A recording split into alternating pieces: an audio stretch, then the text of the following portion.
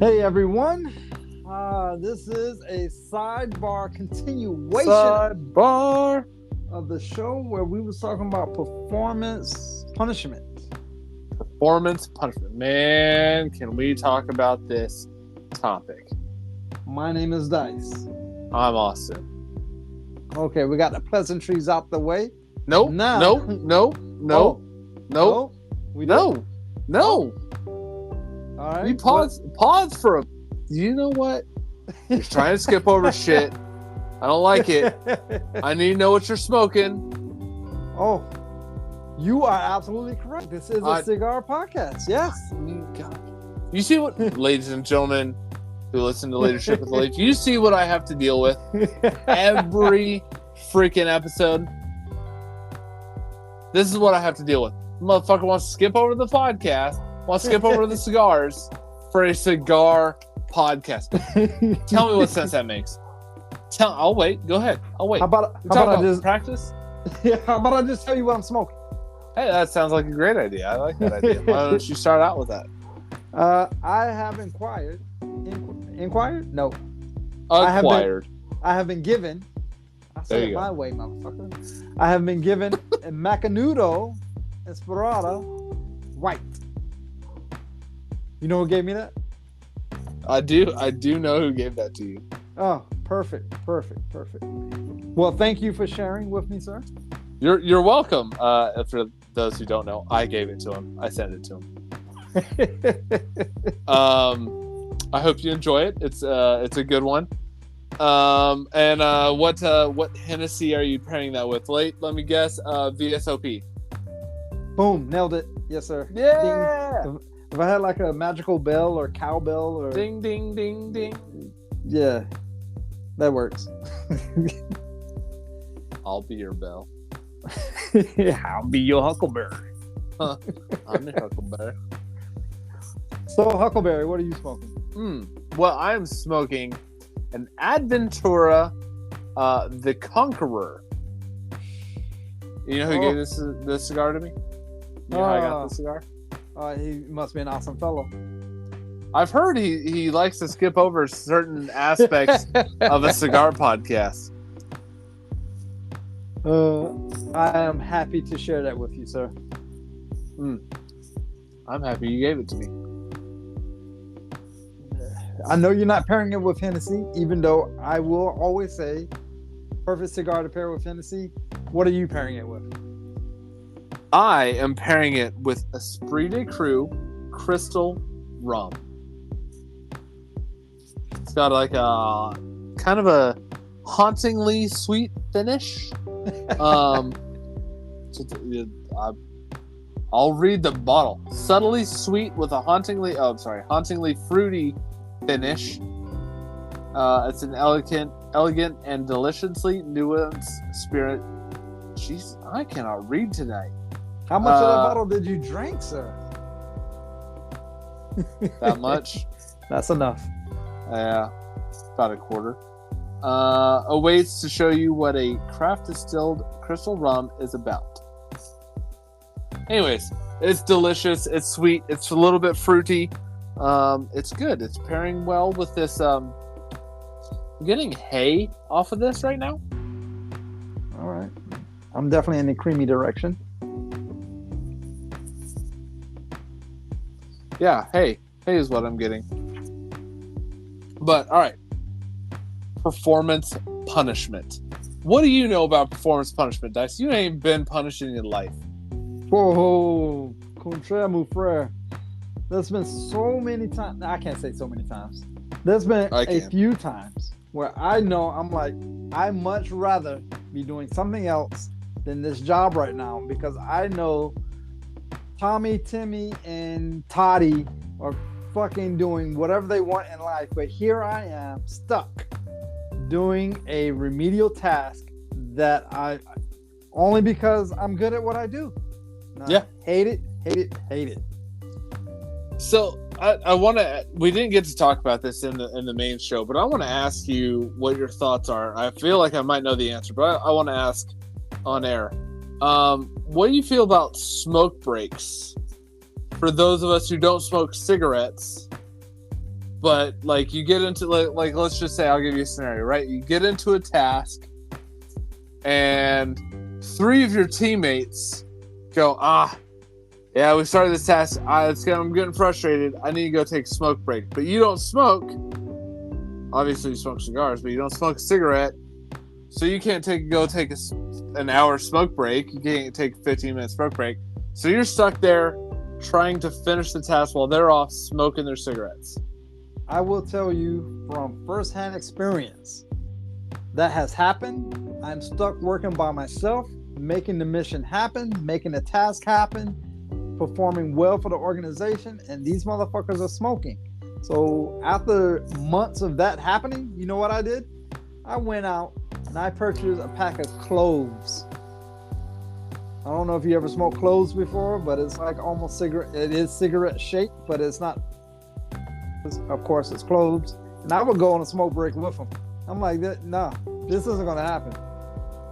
I've had cloves in the ham before. In the hand? Ham. Yeah, no, this is, you actually smoke these. Yeah, I can't say the name. It's like DJAHRM. I don't know. However you want to spell it. I haven't smoked clove cigarettes. I haven't been to an Alanis Morissette concert. DJARUM. I don't know how to pronounce that shit. That says black. That says black on the box, but that's the type of clove cigarette they are. Anyways, anyone who watched The American Office would get that reference that I just made. Sorry, sir. I didn't watch The American Office. Do better. Yes. Anyways, my performance is suffering. Your performance is suffering. Let's talk about it. So my thing is like a part of performance punishment, right? If you're good at your job, I feel like sometimes teammates will just be like, I'm frustrated. I'm going to go smoke a cigarette. And then you're stuck because you don't smoke. You don't get a 15 minute break while they're out smoking. You have to keep working. The boss goes, what are you doing? You don't smoke cigarettes. You have to keep working. But they get a break. Why don't I get a break at the same time? I got to have someone working. Everyone can't stop working. Yeah, no, that's... Nope. Why am I the one left working? Why am I being punished? Because I chose a healthy lifestyle. Well, that's performance punishment, sir. What? I never knew it. Yeah. Performing well is usually correlated with happiness, fulfillment, and satisfaction. And you know that you're contributing to the well-being of a team on many levels. But the problem is that when you get those feelings, managers and leaders tend to just keep giving you more. Oh, Austin will take care of this. Oh, Dice will take care of this. Oh, I know they'll get this done. Oh yeah, I can trust them with this project.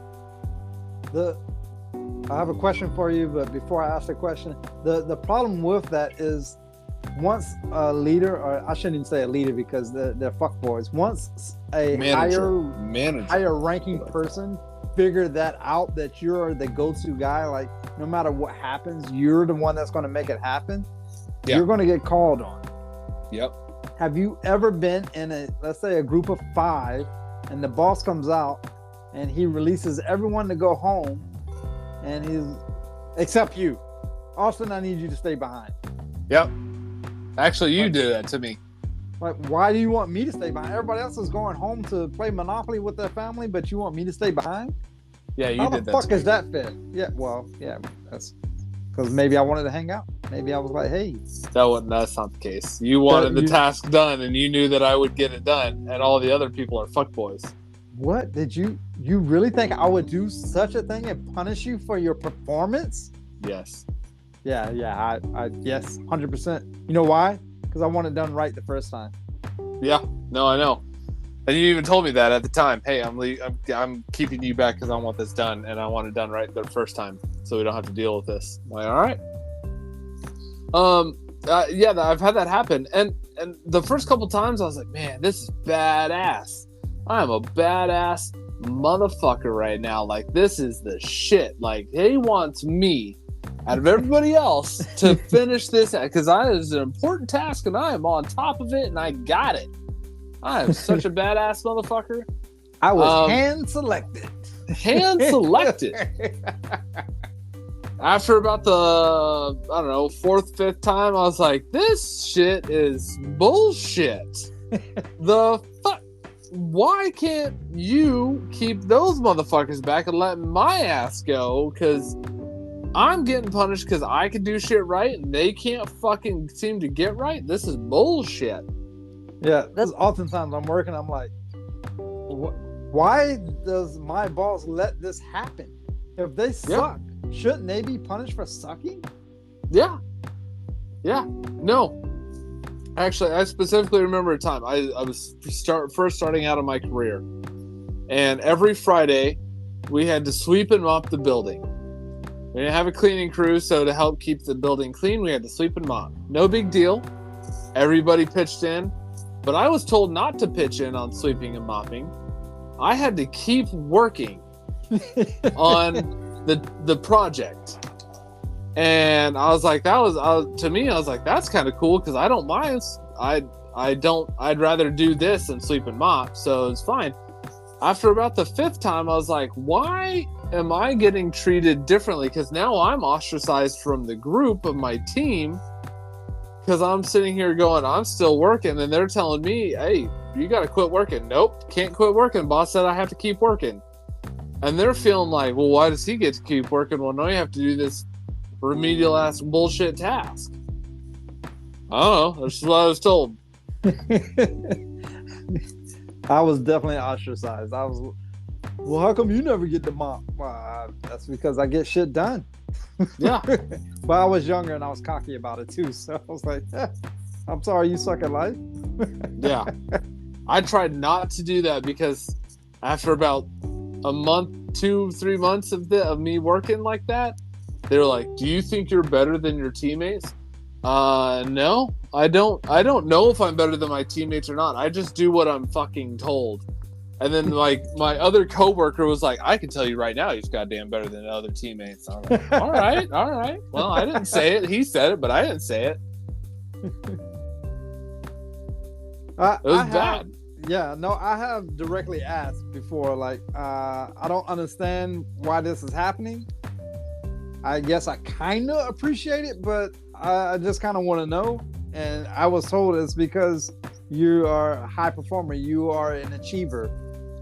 And we want to make sure we keep that momentum going because you don't slack. Yep. Not a slacker. Yeah, I've been told by a boss, he's like, Austin, I like you. And I was like, okay. He goes, you don't bitch, you don't talk, you don't complain, you just put your head down, put your nose to the grindstone, and get the job done. I like it. You don't even talk when you're working. You just do the work. I was like, am I supposed to talk? I'm confused. You want me to fuck off or not? Yeah, he was literally like, I like that. Hey, you're doing a good job. You keep it up. I was like, okay, sure thing, boss. I mean, I could take away company time. Yeah, I don't mind. You gonna pay me the same? I don't give a shit. I do admit, being a high performer, I was 100% treated differently. 100%. I wasn't blamed for a lot of the mistakes that happened. Dice wouldn't have done that. Dice did that, but Dice gonna let that one go. Yeah, but on the flip side of that coin, I know we've both been blamed for stuff that we weren't even at work for. Hey, Austin, how could you let this happen? What do you mean let this happen? I was asleep, motherfucker. Like, what do you mean let this happen? I wasn't here. Well, you're obviously being complacent. What? No, I'm not being complacent because I'm at work and I get my shit done. I told them that this process is fucked up. Don't use this process. It is fucked up. Well, you didn't go through the right channels and tell us that the process is fucked up. But motherfucker, I did everything I was asked to do. You guys fucked it up, and I'm getting blamed for this bullshit. Bullshit of the highest order. I got called in the office, and it was like, yeah, Dice, I highly doubt you didn't know. What? Yeah. I was on vacation. Highly doubt that I didn't know. That's because I'm awesome at what I do, and you can't fathom the thought that I didn't know. Yeah, high performers, man, we get blamed for a lot of stuff, and it sucks because there's nothing you can do about it. There's just you just get blamed for the things that happen. Normally, the high performers can recover a lot quicker than the lower performers can. Yes. Because we're allowed to, you know, if you make it at your norm as a high performer, you can go, listen, really? I'm getting punished for this? And they're like, look, we just had to take Fall Guy, and that just happened to be you. It sucks. And you're like, this is bullshit. But you kind of just brush off and go, all right, you know, I know what I am. But I will say that I've gotten blamed. I know Dice has gotten blamed for shit that there's no way that we did. Motherfucker, I was on 3 days of vacation, and y'all fucked this up, and I got blamed? How the fuck that makes sense? Oh, you must have set it up wrong when you left. Explain that one to me. Motherfucker, I got blamed because a guy said he was trying to do what I do. What? I love it. I was trying to be like Dice, and I fucked up. Dice, how the fuck did you let him fuck up? What? What? High performers normally, if you was to look at that quadrant, high priority, high motivation, majority of the high performers fit in that category. What I will say is, if you are a high performer, pay attention to the high priority and high performance of what the task that you're trying to accomplish, because maybe you need to wean back some so you don't get caught up into the hoopla of being the go-to guy, because a lot of times the go-to guy is also the fall guy, which we both have experienced. Yeah and that sucks, because there's the other quadrant that a lot of high performers get caught up in. And managers usually are at fault for this. They're usually the ones that task us with this. But it's the high priority. It's the high priority, low meaningful task. Like, it doesn't mean anything, but it's a high priority task, right? Yeah. It's the oh my gosh, this is a fire, and I need you to put it out right now. Come on, man. Anybody, like, Tommy 2 times can fucking do this shit, and he fucks everything up twice. I got the name 2 times. Come on. And you coming to me with this bullshit? Nah. Nah. There's instances, like, if there's a team of like 4 and they're working like a front desk or something, and there's one person not pulling their weight, man, that person is going to be hated by everyone. The high performer is going to hate them. The regular, like, just worker bees, middle performers, middle, whatever, they're going to hate that person too. And hopefully that the person that's not performing at all, the one that's hiding in the back, that never like seeks to accomplish any task at hand until it's convenient for them, but we got to get this done so I can get out of here and go home. That's when they become a high performer. Yeah, no, that's not going to cut it. You have to be consistent with your workload. Right. But the thing is, with the consistency with workload, you got to be careful about what work you take on, because my problem is that, like, a lot of high performers, they'll take on the workload whether they can handle it or not, because usually saying yes is easier than saying no. As high performers, normally those people don't want to disappoint whoever's asking them to take on the task. Yeah. I know a lot of times when I'm asked for a certain task or whatever, I don't want to, I don't want to disappoint myself. Like, yes, the fuck, I can do that. I can fucking do this. You want it done, I'll make it happen. Oh, you want that done too? Okay, I'll make it happen. Oh, you need that also. Oh, okay, yes, I'll make it happen. Because I don't want to say no, because I don't want you to think that I'm incompetent. I don't want you to think I'm not unloyal. Unloyal is not a word. I don't want you to think I'm not loyal to the crew, the team, the task, the mission, the organization, the company. I don't want anyone to be like, oh, well, don't ask Dice because he doesn't know what the fuck is going on. I don't want that. So I have a problem with, it's hard for me to say no for certain things. And I've gotten into the habit of doing a trade. Yeah, I could take that on. If you want me to take that on, I have to pass off one of these other 4 projects I have going on. So if one of my other 4 projects that I have going on is less important than the task you're about to give me, I'm happy to take it on. Just tell me which task you want me to pass off to Tommy, Jimmy, Johnny, Julie, or whatever. Go ahead. None of those are more important than this task. Okay, cool. Just tell me which one you want to pass on. Well, I want you to keep all those and do this one. Nope. That don't work.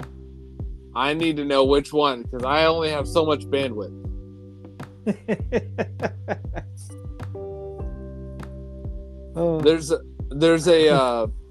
There's a psychology trick. I think it's a psychology trick. It's called the spoons method. Have you ever heard of the spoons method?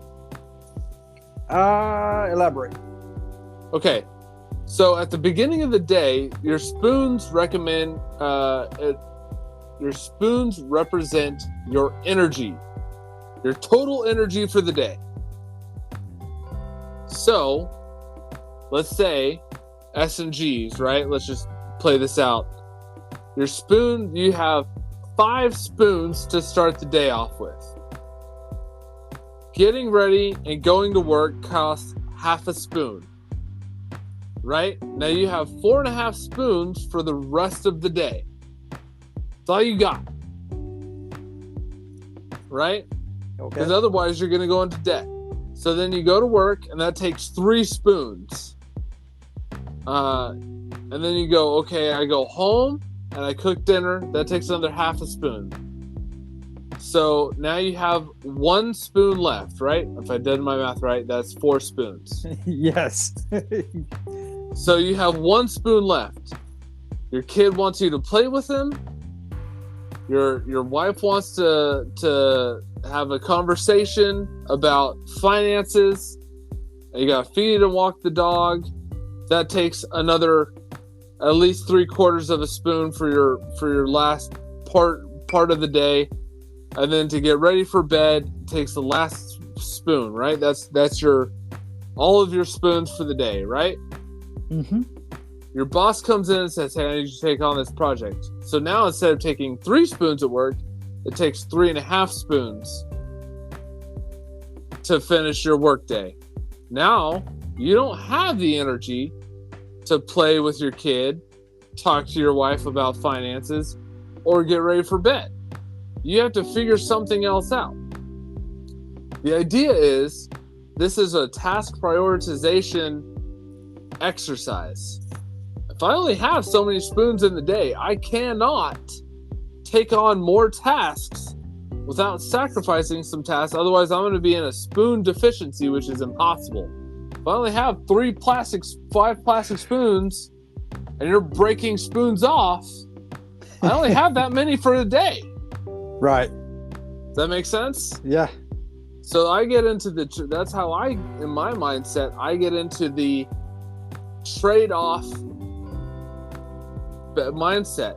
Hey, you want me to take on this task? That's fine. That's going to take off at least half a spoon.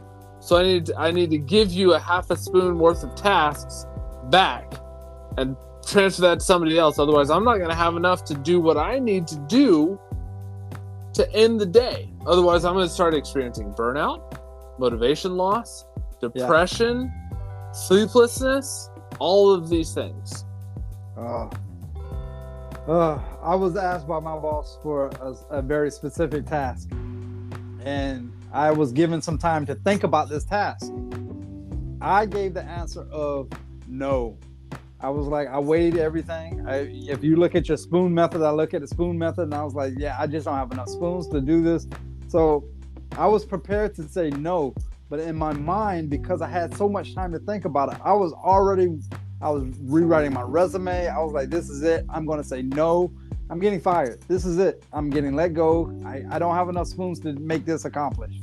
So when I actually answered my boss, I was like, I'm gonna have to say no to this one, boss.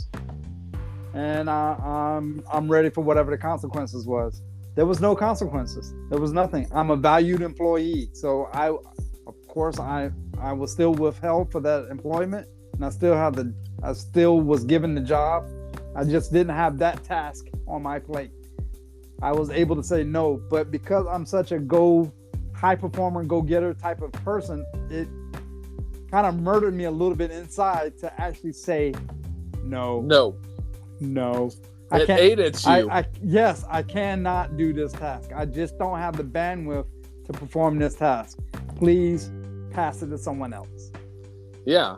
And a lot of high performers go, wait, we can say no? That's a thing? Yeah. Yeah, that's a thing. Yeah, say that was one no. of my first time saying no to something. That really was. It was killing me, man. But it's okay. Yeah. You can say no. I still have a job. Yeah, a job. No, it's 100%. It's one of those things. There's times where I've been in a job and I'm like, I can do that task, and then I sit there and I think about it. I'm like, if I do this task, this is going to cost me 45 minutes worth of time with my kid. Is that 45 minutes worth of time? I have a 5-year-old. He just turned 5. Is that 45 minutes worth of time without my kid worth it in the long run? And always, unequivocally, no, it's not worth it. I want to spend time with him. That's a good word. I want to spend time with my kid. I already missed so much time growing up by being at work 8-9 hours a day. I already missed so much time with him. I'm not sacrificing another almost hour of my day to not see him grow up some more. Not spend that time to nurture him, grow him, mold him in whatever way I see fit. It's not worth it to me. This one bullshit task that takes me 45 minutes. No, it's not worth it to me. Especially if anybody can do the task. That's what fucking pisses me off. Yeah. Johnny can do the task just as well as I can. Maybe you don't like Johnny as much as you like me, or maybe you just like because you know I'm going to get it like exactly how you want it because we on the same wavelength here. But Johnny can fucking do it. Fuck him. Yeah. Yeah, and 9 times out of 10, Johnny's got it looks like, because I don't know everyone's situation, it looks like Johnny's got extra spoons at the end, right? To use my analogy. Yeah. He got extra spoons, that motherfucker. He got extra spoons at the end of his day. Take some of his spoons. Yeah, fuck me Friday. Yeah. Man, I said that for the first time, and my sister laughed so hard. And she goes, what did you just say? I said, fuck me Fridays. That's what they are. And she goes, I've never heard that, but that is the best fucking answer I've ever heard for a Friday in my life. I was like, it's always fuck me Fridays. Yeah. And she goes, oh, I can't believe you said that. I'm going to start using that from now on. I was like, you're welcome. There you go. You're welcome. But it's no, fuck, like, and I talked to her about the same situation. She was like, and it's one of those things. I've talked to, thousands of people about the spoon method. And when I break it down like the spoon method, I'm like, look, this is how much energy you have in the day. And I just start breaking it down. I'm like, how much energy does this take throughout the day? And I have them go through the day. And they're like, oh, this takes this much energy. This takes this much energy. And they go through. by the time they get done with work, they have no spoons left. And I'm like, all right, what are you going to do for the rest of the day? They're like, I'm like, you have no energy left, do you? And they're like, no. And I'm like, because you used all your energy at work or at doing whatever at the beginning of the day. Well, I never thought about it like that. So you need to say no. Yeah, it's that aha moment. Yeah. Aha. Well, yeah, I never thought of it that way. There's those people that are like, oh, I just have more spoons than everybody else. No, you just think you do.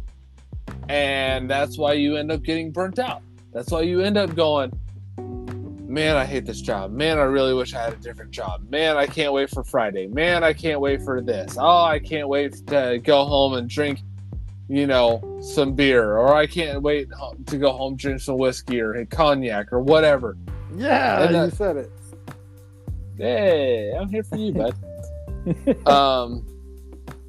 But that's, those people that live for the weekend, like, oh, I can't wait to do this so I can just relax. They spend their weekends doing nothing because they're in a spoon deficit and they have to relax all weekend to save up their spoons for the next week. It doesn't work like that. Well, your spoon method, if you was to actually look at it, that's what happens if you use all your spoons at work and then you come home and then the wife is like, meh, meh, meh, meh. And then you're like, you know what? I'm all out of spoons. I don't got time for this. That's going to be an art. If you're one of those people that like to batter women, you're going to do stuff like that. That's where the crazy stuff starts. So sometimes you have to rationalize how many spoons you actually have to take on that day. You have to, because if not, stuff like that happens. How could this happen? Well, I'm fucking tired, man.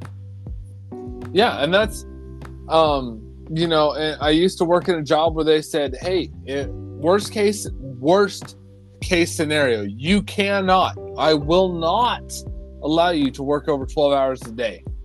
Period. Will not allow you to work over 12 hours a day. Now, if you think about this, you get up and you get ready for work and you drive into work. That takes what? Let's call it an hour at best. Okay. By the time you wake up, shave, shit, shower, and travel to work, takes an hour. Okay. That's 1 hour. You work 12, you're at 13 hours. There's only 24 hours in a day. Correct. So you're at 13 hours. You come home, that's another half hour. So you're at 13 and a half hours. So then you're at 13 and a half. And let's say you get, on average, 7 hours of sleep. So you're at 20 and a half hours. That gives you, 3.5 hours to eat dinner, play with your kid, relax, get ready for bed, and go to sleep. Provided you fall asleep at the exact same time every night. Yeah. 3.5 hours. No, I had a boss that he didn't want anyone working past 5 o'clock. And what he would do is send security through the building to see who's still there. If they're still there, security will make them leave. If they don't leave, they will get written up. That's a good boss. That works perfect. Like, why are you here? Now, caveat to that, if it happens a lot and you was to get written up, now you're going to get questioned about your time management. Yeah. Why am I employing you? Are you wasting time? Are you trying to steal extra money from the company? Correct. What's going on? What's going on is, are you in the first third? Man, dude, I am well past my first third. This was what's a small? It wasn't Robusto. It is a Robusto. Yeah, it's a Robusto. Okay. So yeah, I've been blazing through it. It's been a wonderful cigar. Creaminess, nuttiness.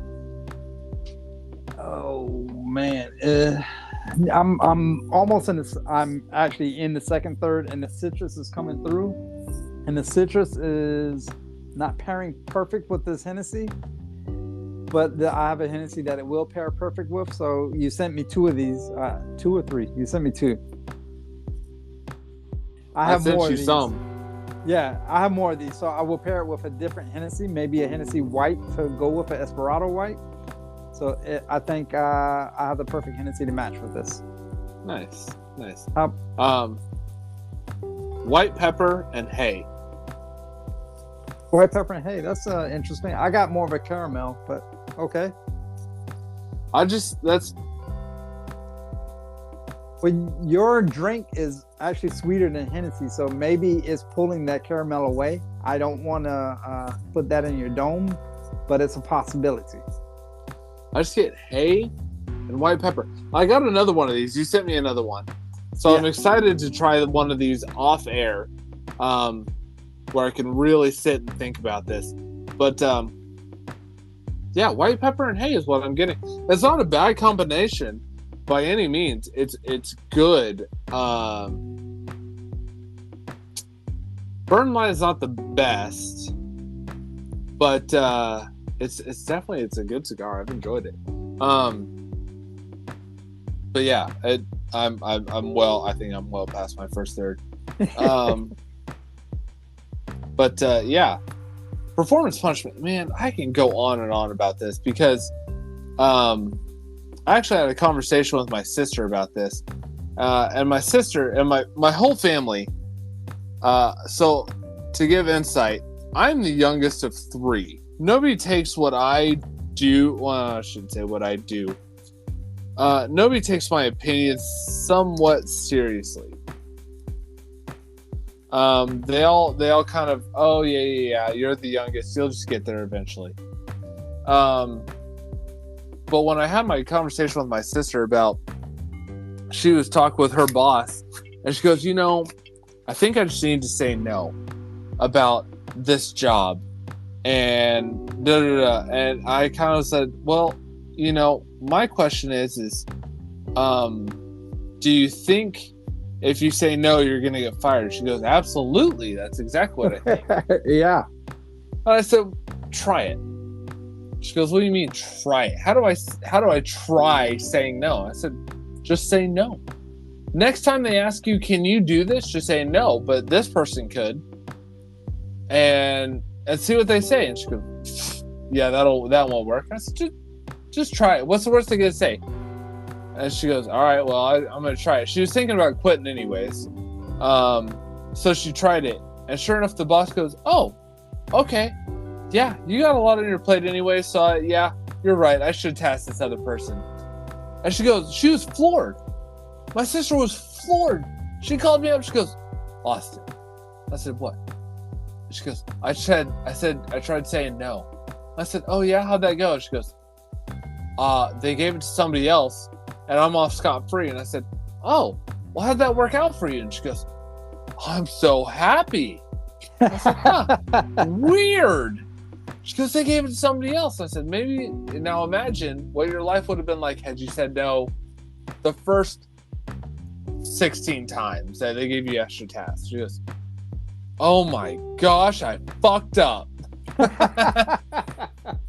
I said, so say no from now on and just let them, or give them the trade and see what they say. And she came back the next week. She goes, I traded one of my menial tasks for a better task that I like more, and they're so happy with the result, they gave me a raise. And I said, hot damn, you did it. You're welcome. And she goes, I didn't believe that you knew what the hell you were talking about. I said, well, thanks. I appreciate you have no faith in me. Oh, man. We had a show about high performance. We're having a sidebar about side performance. But I just want to make this fully aware. Not every motherfucker that's listening to this is a high performer. I'm sorry. High performance are not everyone. Nope. And if you're a high performer, you will know that you're a high performer. If you're not a high performer and you're a mediocre person, maybe a little of this doesn't apply. Maybe you're actually being asked to step up because you suck at life. Yeah. If you think so, that's my thing. And maybe we should have a conversation about this. How to tell if you're a high performer and how to tell if you're not. It's hard. It's hard. I look in the mirror every day, homie.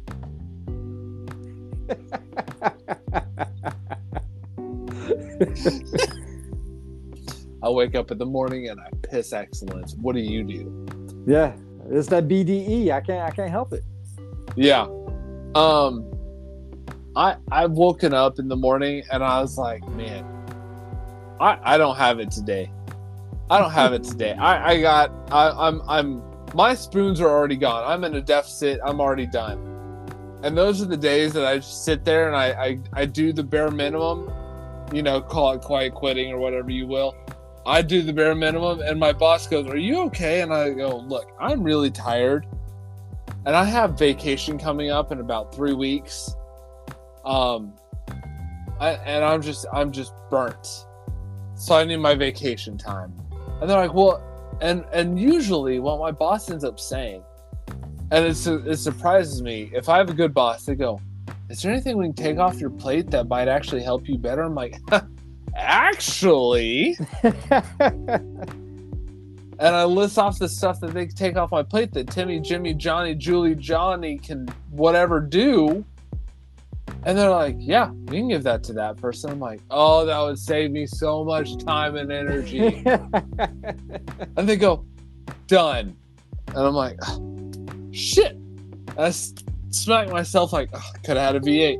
And I'm like, why didn't I do this before? Austin, we could talk about this for eons, my friend. 100% we can.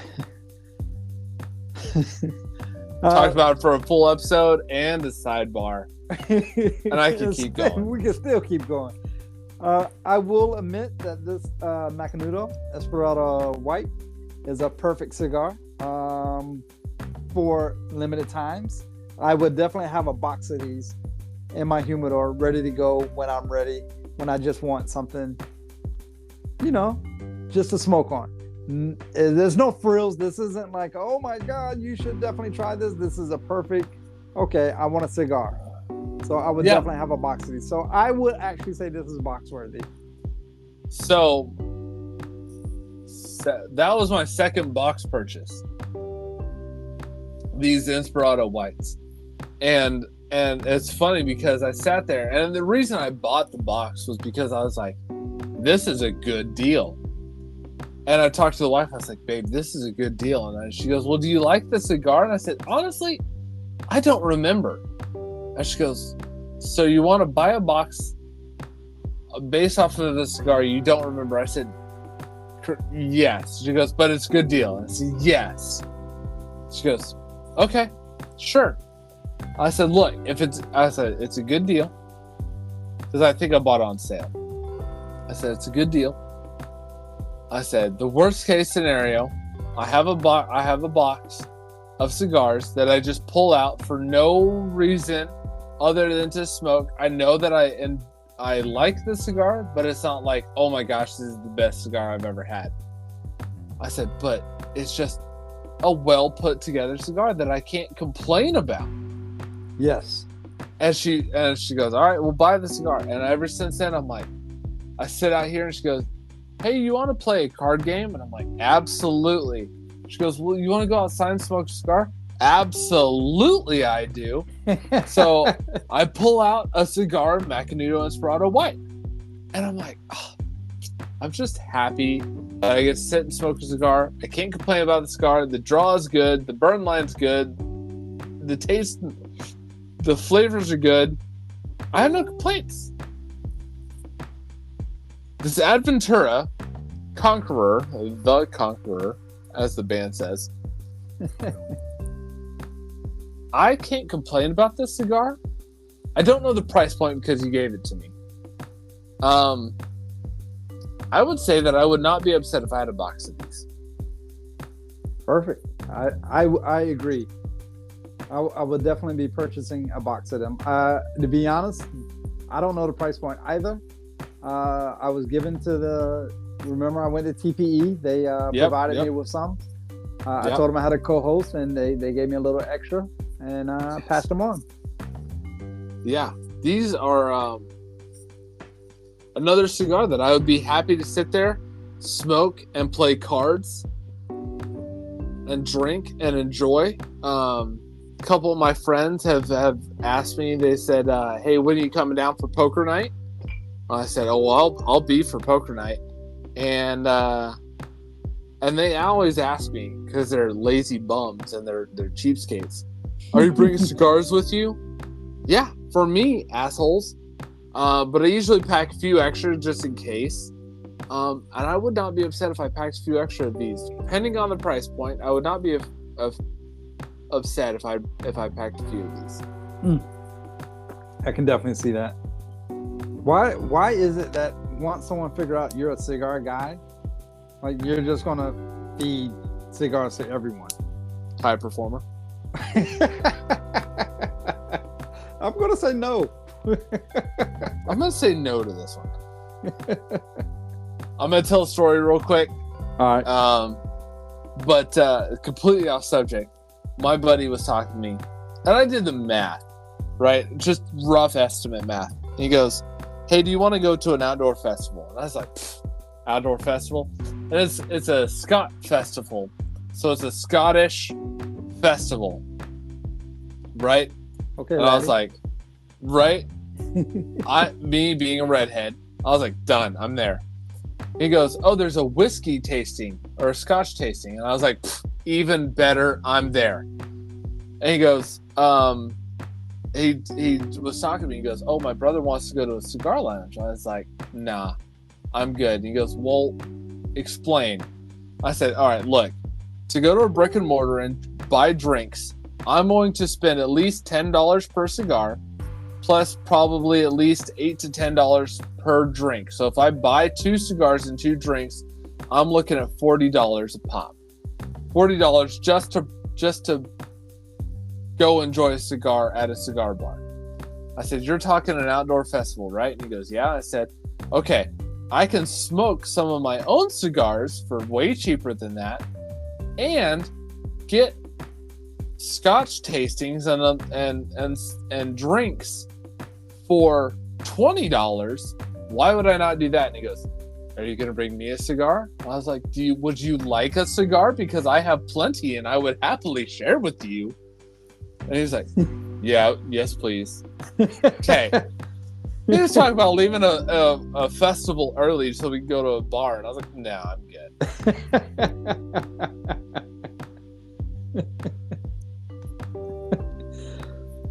I have shared a few cigars with people that I mean, after a while, I'm like, come on, dude. Come on.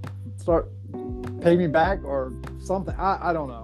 I'm not a cigar dispensary here. So my limit is about 3 cigars. If I pay for 3 of your cigars, or I give you 3 cigars, I'm done. And you ask me for another cigar? Nah, you can buy the next one. Well, but doesn't matter. Those extra are for me now. I've given you at least $30 worth of cigars. If you were to go to a brick and mortar, I would probably give you, because I smoke $8 to $10 cigars. That's my preferred range. Sometimes go up as 15. So on the low end, I've given you $30 worth of cigars. No, you can buy me some cigars. I'll bring the cigars. You buy the drinks. Hey, that works. I'm down with that life. I'm gonna buy a nice drink then. I'll buy your drink, but I'm not buying you that Hennessy stuff.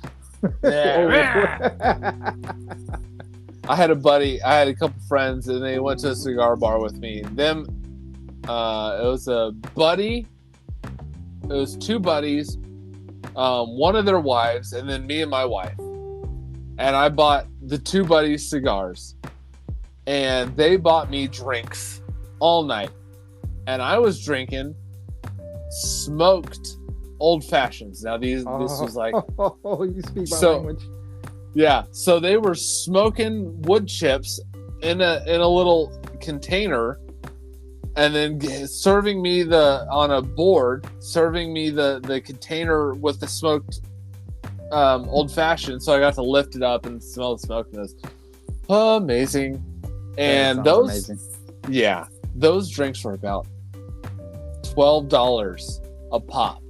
And I was like, how much? 12 to 15, somewhere in there. And I was like, I'm happy to buy your cigars if you keep buying me these old fashions. And they said, deal. And so then because they were basing their cigars off of whatever I recommended. They said, just go to the humidor, pick out whatever you think we'd like. And I was like, deal.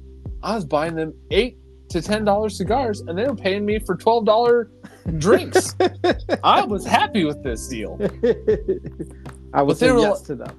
Yeah, but they were so cigar ignorant that they had no idea what I was buying them, but they loved the cigars I was choosing. Of course.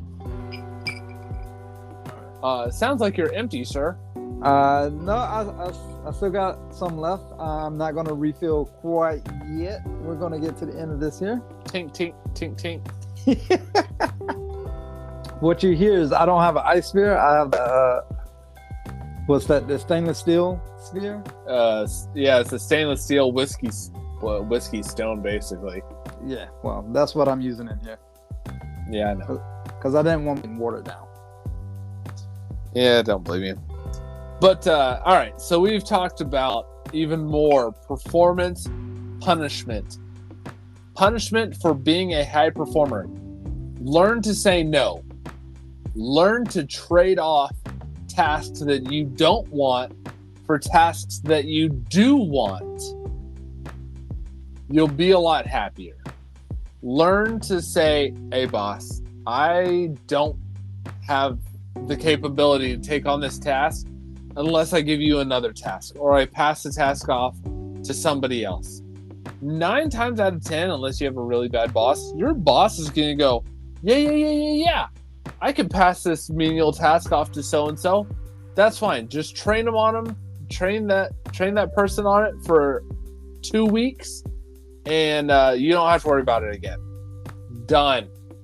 Yeah. Done. For a task I like, done. Well, the trick to that is if that scenario doesn't happen the way you just said it, maybe your boss is looking for you to step up, and maybe you're not a high performer as you thought you was, and your boss is trying to get you to step your game up. You'll figure it out real quick from your responses. You'll figure out real quick, not from your response, from your boss's responses, and you'll figure out real quick with your team dynamics. Yep. If you're not a high performer, step your game up. EA Sports, it's in the game, baby. All right. Until next time, I've been Austin. And I'm going to stay Dice. And remember, great leaders smoke great cigars. So it sounds so good when you say it. All right, until next time. Until next time.